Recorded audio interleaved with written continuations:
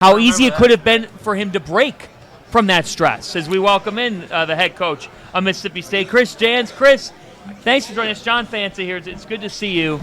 I got to cover your win over Connecticut in Buffalo, and congratulations on taking over at Mississippi State.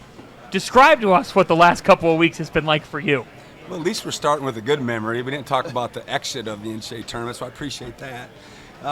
Like all the new coaches tell you, it's just fast and furious, and fortunately I've been through it now, so I knew what to expect. And you just got to prioritize, you got to prioritize, and you got to get your players right and your coaches right and try to get back to people later. But you're tired, but it's about the best tired you're going to feel, when you get one of these opportunities. So it's been good. It's been good. We still got a lot to figure out, but so far so good. You know when you'll feel really good? When you see that first direct deposit go in. That's when you will feel really, really good. Yeah, probably. I haven't got there yet, and I'm sure my wife's got half of it spent already. But she was great. Listen, I was sitting right in front of your wife. I don't know if she told you this. She did. Through both games. And the emotions, it's awesome. The emotions after you guys beat UConn. To look back and see her. And it was like, you could tell she was trying to keep it in, and she couldn't anymore. And I just went over and just said, like, congrats, enjoy it. Like, it was fun. And to watch you come over with all you've been through, like, those are the best memories of this for me. See a guy like you who I know has worked his way up over the years to get that opportunity and to take advantage of it. And again, how hard was it, though? So you're New Mexico State, you do that, and then you leave. Like, that's got to be really, really hard to do for a school and then say, like, I can't really enjoy it there. Yeah, that's a lot to unpack. Yeah, it is. To be honest with you, I haven't watched any of either game, UConn or Arkansas. So I haven't really enjoyed the UConn game yet, and haven't really had to go through the pain of the Arkansas loss because it was so quick. We fly back and then we turn around and fly to Starkville the next day and try to do laundry and repack and go clean my office out the next morning, which is hard. And just to be honest with you, like, I really haven't been emotional. I haven't really been emotional. I'm probably more of an emotional guy that people realize, and just haven't grieved the loss, haven't grieved the end of the season like you always do, especially when it's in the NCAA tournament, and really haven't had time to celebrate, the win against UConn or the fact that we got an opportunity at Mississippi State, and hopefully it'll slow down here, and, I'm sure we'll have some time together to be able to talk about the games and how they felt and what we went through, but it's a whirlwind, it is, and I sound cliche-ish, but I don't know how else to put it. I really think, Tio, that this is the best hire in the SEC. That was about to be my next point. I'm not saying that. I think I've said it to anybody and everybody. I think you fit well. I think, again, style of play with the toughness. I talked to John Cohen before. I think you know this. And I just think you're perfect for it. I do. And I think, again, to me, I always go by this, and we just saw Nate Oates walk off, and they talked. He's licking his chops, by the way. He's not, and that's how you can tell the fear that I think you as a coach, because you can coach, because you can recruit, because you're going to be able to get jukes, transfers, you name it, whatever, high school kids. I think coaches in the SEC are more fearful of you in Starkville than they are of all those other dudes. I don't know who you're listening to, man, but you are so off base. Fear is not the word that people equate with me when they look down the sideline. Yeah, it's more like, dude's got a face for radio, man. Like that's why the TV, when you ask me to come on, I'm like, I don't know if that's a good idea. You're not alone. It's okay. Right. I hear you, That's right. But, yeah, I've known Nate for a long time, and, I walk in, and it's welcome to the league, and I'm like, oh, my God. Yeah. I went and watched his practice a couple of years ago, and I went to the Alabama football game from New Mexico State. I went on the team playing, and he was so kind to let me watch practice, and I asked him if I could do it on an annual basis, and he said, hell no. Yeah, that's it. He said, we're not doing that anymore. But I appreciate the kind words, and, it's an unbelievable challenge. Very thankful and grateful for the opportunity, and we got a lot of work to do. I know it's a big stage, and the lights are going to be a little brighter, and we're going to play against some of the best players in college basketball and coach against arguably some of the best coaches in college basketball. And, the biggest thing, obviously, is get the right people in the room. We got a lot of work to do to get the right people in the room, both players, coaches, staff. And at the end of the day, when you're going out to play, that's all that really matters. That's good. Who they're going to influence, winning or losing, and that's what we're trying to do. But it's definitely move up the weight class, and everything's going to be more criticized, and everything's going to mean more, and we'll see how we handle it. Yeah. The way your teams play, attacking the glass, like the way you recruit, like Jeff said, I think it fits perfect. Moving forward into the league, what excites you the most? You elaborated a little bit as far as the different coaches and that, but what excites you the most about that step up in weight class? In a perfect world, I've usually been at places my whole career where the only chance you had to go to the NCAA tournament is to win the conference tournament. Yeah. And to be in a league now where that's not the case, obviously, that's kind of a breath of fresh air. We certainly got a ways to go to be able to get in that position, but not to have to feel like, every game, every loss is you're out. In Wichita State, obviously, we got to the point where it wasn't like that, but still, it was almost like we were scarred. Even when we were really good, it was like we can't lose this game, or we're gonna, drop a seed line or what have you. So I think that's what I look forward to the most. It's just being in a place where, if you do well, and you'll have opportunities almost every night out to, have a statement win or, what have you, and move the needle in the positive way, and not have that, it's 3 or out, in March, to have a chance to be in that large team in the tournament. This is a program that's had one NCAA tournament appearance since 2009. So as you take it over, what's possible at Mississippi State? Yeah, to be honest with you, it's a good time to be there. There's been some great coaches and great teams and great players, and Coach Howland has been so good to me. We've talked on the phone. I reached out to him, and he was kind enough to have some conversations with me, and certainly appreciate that. But there's room for growth.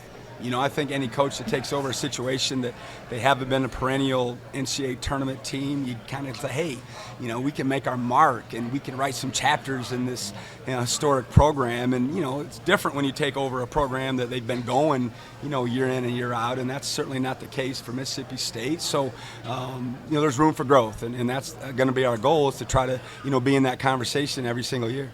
Who's going to win the national championship? Oh, man. JANS hasn't even been paying attention. I haven't. He's been trying to I know who's in it. I just think because of the storybook, it's just like destiny. I just can't imagine Duke not getting it done. Yeah. That's my take on it. But again, I'll be honest with you, I don't know much about any of these teams. I really haven't paid that much attention watching games. Once you get beat in a tournament, everyone's different. I don't watch any games to the Final Four. It's just too hard. You're hurting. You don't want to think about wanting to play there and having to watch from your home. So we'll see. How did you handle, so when you get the job, again, there's guys that might transfer. Iverson Molinar, I think, went in he declared right away, right? Yep. He's the only one so far. Like, how do you handle all this right now, and how the hell do you come down to New Orleans for a night when so much is going through your head right now that you have to do? Yeah, that was the first order. It wasn't on the itinerary, but when I got on that plane, first thing I said is, we got to organize a team meeting when I land. I'm like, if I'm in Starkville and those players know I'm in Starkville and I haven't met them yet, I wouldn't be too happy. And so that was the first order of business after going to see the president and, meeting him and doing that. And then we went right to the arena and, had a chance to meet him like we all do when we get a new job. And then the next morning, having individual meetings and, just chopping it up with them and trying to get a feel for what their experience has been at Mississippi State, our vision for the program. Give me a chance. Let's build a relationship. Yeah. Here's what we've done. Here's what we're trying to do. And they've been great. I've inherited some really good players and equally important, great kids. They love Mississippi State, and for the most part, their experience has been really good. They got talent. Like, he did well. I thought he did well in the portal. And you got to figure out, have you talked to, I know you're keeping George Brooks. an assistant on staff. Have you talked to Ben Howland? Do you talk to Ben Howland and get kind of his thoughts now? Of course, I mentioned that earlier. We talked, and he's great. And I talked to some outgoing assistants as well, and I mean, just trying to get as much information as I can, to be honest with you, to try to formulate, who I have and who they are as people and as players. And certainly the most important is me getting to know them. Now that I've got some comrades in arms, that first 4 or 5 days, it was me solo every day, and that was a mistake. I should have brought a guy with me right away, and I don't know what I was thinking. Yeah, but you didn't know if James was going to get the job. Exactly. But now it's just a relief, like you got some dudes with you. You don't have to do everything. Obviously, like everybody, you're working all day and calling the restaurants who's open the latest so we can get a meal before we go to bed and talk about, how the day went. But, we're just trying to figure it out. Obviously with the portal, it's different now. You don't have to build a program. You got to build a team, and I've been doing that for a long, long time. You'll never hear me talk about building a program, and I don't mean that in a way where we won't have a culture or we won't have a standard of expectations, but building a program and I want the right guys and all that stuff. It's dead. I mean, it's not happening anymore for most of us. Yep. Certainly, there's certain programs that will do it that way, but in reality, for the most of us, it's going to be each year. You're going to have to figure out a way to build a team.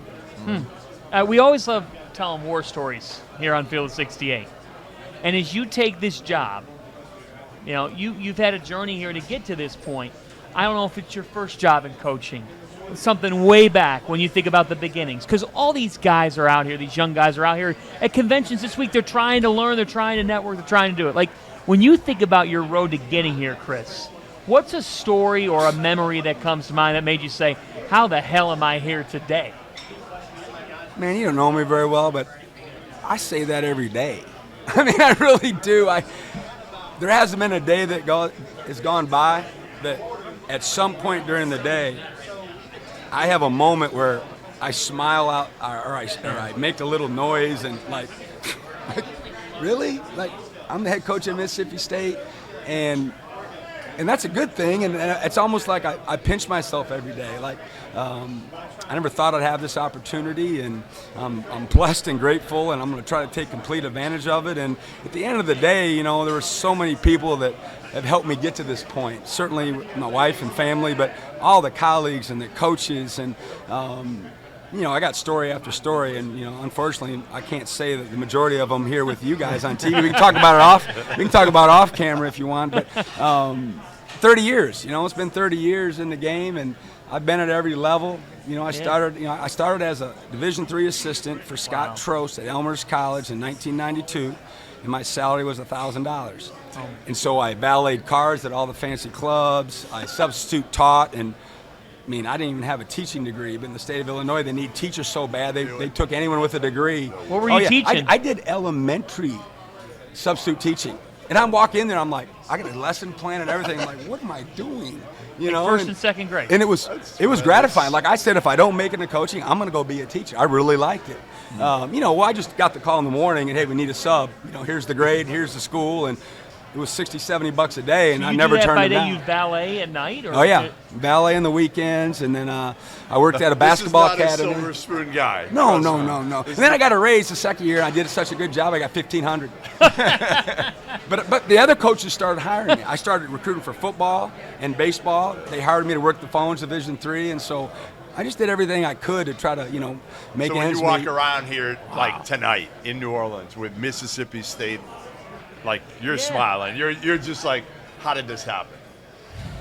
I don't know, man. I'm just trying to do my job and be grateful for it and try to take advantage of the opportunity. And I would tell all those young guys out there, man, just be good to people, work your tail off, don't compare yourself to others. Yeah. Just do a good job, and people will notice it. And you need people to lift you up. But don't comparing yourself to others is the worst thing you can do. All right. Well, listen, we appreciate it. We're gonna put. The guy, he's a big UConn fan, Doster, by the way. So you broke his heart. That makes me even more happy. Oh, it's like, it should be. We love having you here. Like we had to have you here. There's a reason why I didn't sit in on this interview. More than one. So good. Yeah, right. So good. 37 of them, to be exact. 37 of them, to be exact. Yeah, he was special, wasn't he? Oh my gosh. It's unbelievable. Huh? Teddy Bucket. That was You an get a all-time. cowbell? You got a We cowbell were going to for- ask you for your best Teddy Allen story, but I don't know if we had. I don't know if we wanted to go there. Teddy Allen was really, really good for us. He came in with the right attitude. He loves ball. He worked his tail off. I couldn't be more happy for him. Couldn't He be is more happy for him. entertaining as hell. That he was. I'd pay to watch him play. Oh, no doubt. He's got a 'Cause he unique skill plays set. with that- Yeah, he's got so much shit to him.